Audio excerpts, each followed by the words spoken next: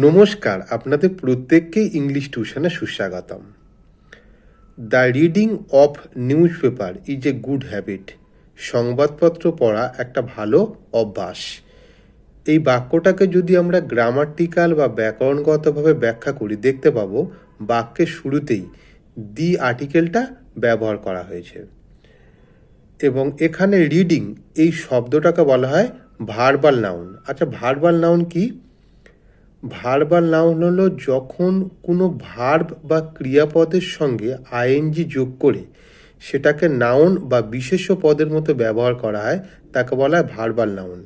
এখানে দেখো ভার্ব একটা ক্রিয়াপদ, কিন্তু এই ক্ষেত্রে ভার্বের সঙ্গে আইএনজি যোগ করে সেটাকে নাউন বা বিশেষ্য পদের মতো ব্যবহার করা হচ্ছে। এখানে রিডিং শব্দটা কিন্তু ক্রিয়াপদ অর্থে নয়, এখানে এটা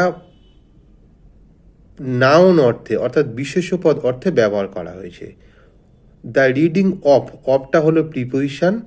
নিউজ পেপার, এই অংশ নিউজ পেপারটাকে বলা হয় noun.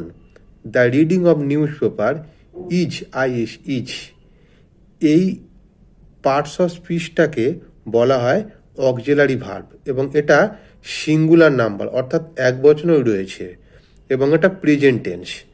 The reading of news paper is এটা এখানে আর্টিকেল হিসেবে ব্যবহার করা হয়েছে। গুডটা হলো অ্যাডজেক্টিভ বা বিশেষণ। The reading of news paper is a good habit মানে অভ্যাস। অভ্যাসটা হলো এখানে নাউন হিসেবে ব্যবহার করা হয়েছে। এবং বাক্যের যে শেষ অংশটুকু, the reading of news paper,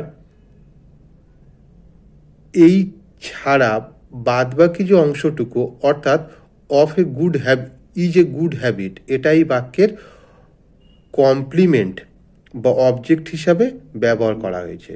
ধন্যবাদ।